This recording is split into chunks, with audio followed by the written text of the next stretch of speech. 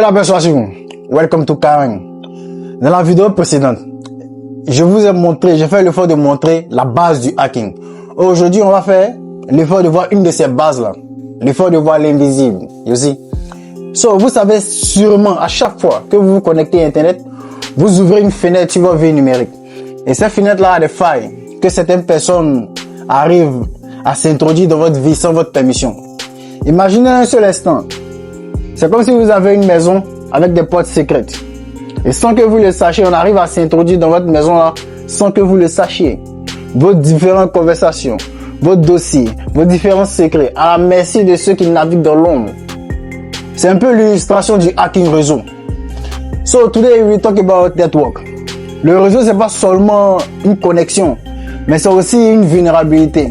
So, let's go into it.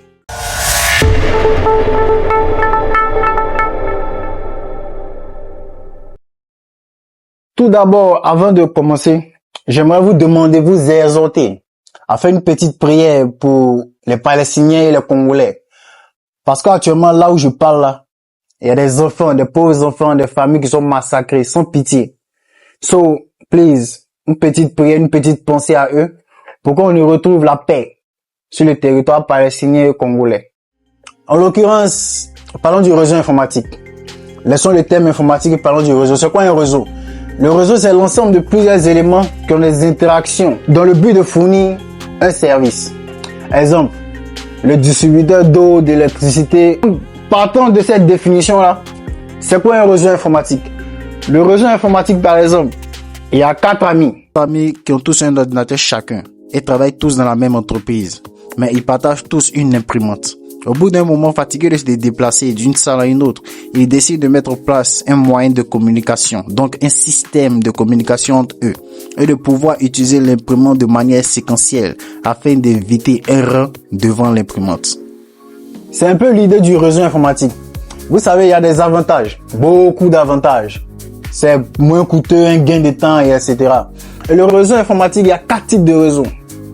Le PAN, le LAN, le MAN, le WAN. Le PAN, c'est le réseau Personal Area Network, en anglais. C'est un réseau personnel. Il couvre au moins une dimension de 10 mètres, 5 mètres comme ça. Un peu comme le Bluetooth, pas trop loin. Le LAN, Local Area Network, local. C'est un truc local de maison. Le Wi-Fi ou bien Ethernet. Une dimension de voire de 10 mètres à... c'est que c'est pas trop loin, c'est un truc local. Le MAN, Metropolitan Area Network. Lui, ce type de réseau-là, il recouvre un campus, une université, un peu plus large que le local. Il est un peu plus large. Et enfin, il y a le WAN, Wide Area Network. Lui, c'est le type de réseau le plus large.